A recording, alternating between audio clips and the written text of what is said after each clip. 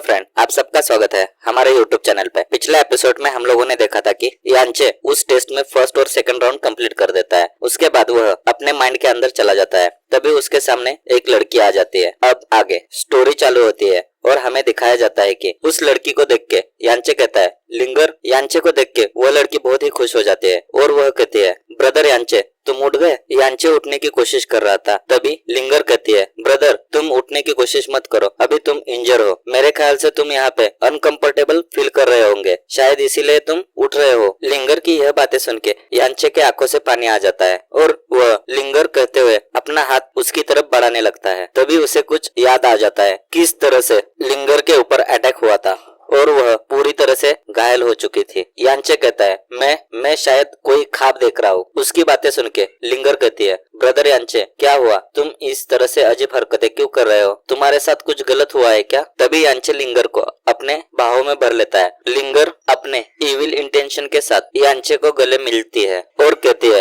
Brother यांचे तुम बदला लेने की कोशिश बिल्कुल भी मत करना। मेरी मास्टर सोल हेवन में है, वह ऐसा बिल्कुल नहीं चाहेगी कि तुम इस तरह का प्रॉब्लम में फंस के रहो। तुम मुझे प्रॉमिस करो कि तुम बदला लेना छोड़ दोगे। मैं हमेशा तुम्हारे साथ ही रहूंगी और मैं तुम्हारी सबसे ब्यूटीफुल वाइफ रहूंगी तुम्हारी पूरी जिंदगी। यह सब कुछ मैं तुम्हारे लिए कर रही हूँ। ऐसे कहते हुए यांचे का वेपन अपने हाथ में उठाने लगती है। उस वेपन को उठाने के बाद वह वेपन यांचे के पीठ में खोप देती है। उस वजह से यांचे के पीठ से बहुत सारा खून निकलने लगता है। यांचे उसकी सारी हरकतें नोट कर लेता है, फिर भी वह कुछ नहीं बोलता है और इतना ही कहता है कि मैं तुम्हें प्रॉमिस करता हूँ कि। तभी सीन चेंज हो जाता है और हमें दिखाया जाता है कि यांचे के माइंड के बाहर मतलब कि असली दुनिया में यांचे कहता है कि मुझे लगा था कि मैं इस थर्ड टेस्ट को आसानी से पास कर पाऊंगा, लेकिन जितना मैंने सोचा था यह उससे भी बहुत ही मुश्किल है। मेरे ख्याल से मैं यहाँ पर पास हो सकता था, लेकिन ऐसा बिल्कुल भी पॉसिबल नहीं है। जितना मैंने समझा है उस हिसाब से मैं यहाँ पर बुरी तरह से फेल हो चुका हूँ। तभी स्पिरिट बीस्ट कहता है कि तुम पहले से ही जानते थे कि यह एक तुम्हारा भ्रम है, फिर भी तुमने यह कंटिन्यू किया और तुम्हारे सामने जो वेपन था उसे यूज करके उस लड़की को तुम मार के इस टेस्ट को पास कर सकते थे, लेकिन तुमने ऐसा नहीं किया। यांचे कहता है नहीं, मैं ऐसा बिल्कुल भी नहीं कर सकता हूँ कि मैं अपने लोगों को खुद ही नुकसान पहुंचाऊं, भले ही इसके लिए मुझे इस टेस्ट में फेल ही होना पड़े। इसके अलावा आपने मुझे लिंगर को फिर से मिला दिया, मुझे उसे बाहों में भी भरने दिया, यह मेरे लिए बहुत ही अच्छा था। इसके लिए आपका बहुत ही शुक्रिया। तभी फोनिक्स स्पिरिट कहता है मेरे ख्याल से वह लड़की तुम्हारे लिए बहुत ही इम्पोर्टेंट थी और तुम्हारा हार्ट भी इस टाइम पे सही था। आपने हेवनली पॉइजन बीट के वजह से पुनर्जन्म लिया है, उस वजह से इस दुनिया के कर्मों के साथ छेड़छाड़ की है। बटरफ्लाई इफेक्ट के वजह से आपको इस जिंदगी में और एक चांस मिल गया है अपने कर्मों को ठीक करने के लिए। फोनिक्स स्पिरिट की यह सारी बातें सुन के यांचे को बहुत ही गहरा सदमा लग जाता है और वह मन में सोचता है कि इसे तो मेरे पिछले लाइफ के बारे में भी पता है। यांचे कहता है इसका मतलब क्या है और तुम क्या कहना चाहते हो,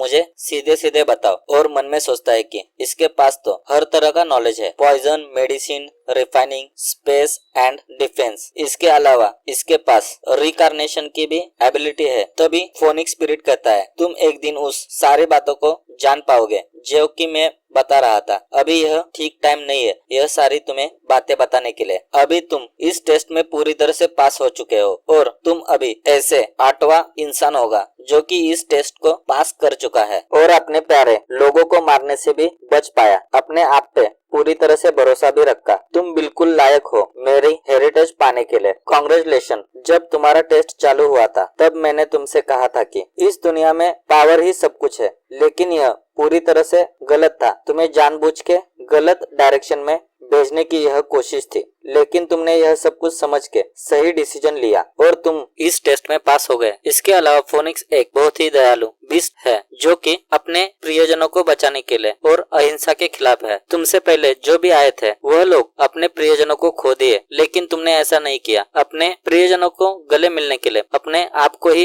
खत्म कर दिया। इसलिए तुम ही एक अकेले ऐसे इंसान हो जिसे फोनिक्स की ट्रू पावर मिलेगी। अब मैं तुम्हें फोनिक्स ब्लड लाइन देता हूँ। ऐसे कहते हुए यांची की तरफ फोनिक्स की ब्लड दे देता है। यांचे वह ब्लड अपने उंगली पर ले लेता है और कहता है यह सिर्फ इतनी सी बूंदे है, इससे क्या हो पाएगा। तभी वह बूंदे यांचे के उंगली के अंदर जाने लगती है। उस वजह से यांचे को बहुत ही ज्यादा पेन होने लगता है। उसके हाथों से फायर निकलने लगती है। उसके अलावा उसकी पूरी बॉडी जलने लगती है और वह बहुत ही ज्यादा पेन महसूस करने लगता है। तभी फोनिक्स कहता है कि हालांकि आम इंसान को एक बूंद को ही संभालने में उसकी जान चली जाती है, लेकिन तुम में कुछ अलग है जो तुम्हारे पास पहले से हेरिटेज है गॉड का, उसके अलावा हेवनली पॉइजन बीट। उस वजह से तुम्हें इसे संभालने के लिए ज्यादा तकलीफ नहीं होनी चाहिए। तभी यांचे बहुत ही जोरों के दर्द से चिल्लाने लगता है। फोनिक्स कहता है कि जब तुम वह तीनों बूंदे अपने बॉडी के अंदर समा लोगे, उसके बाद तुम पूरी तरह से फोनिक्स ब्लड को एक्टिवेट कर पाओगे। यह सारी बातें सुनने के बाद यांचे अपना फुल पोटेंशियल देके वह अपने बॉडी के अंदर समाने की कोशिश करता है। कुछ ही समय में वह उसे अपने बॉडी के अंदर समाने में सफल हो जाता है। उस वजह से यांचे के माथे पर भी फायर सिंबल आ जाता है। तभी फोनिक्स का स्पिरिट कहता है कि तुमने अपने बॉडी में उसे सक्सेसफुली समा लिया है, congratulation for the success. Phoenix कहता है कि जो तीसरा ड्रॉप है उस वजह से तुम्हारी लाइफ स्पैन लगभग 300 साल तक बढ़ेगी। तभी स्पिरिट उसको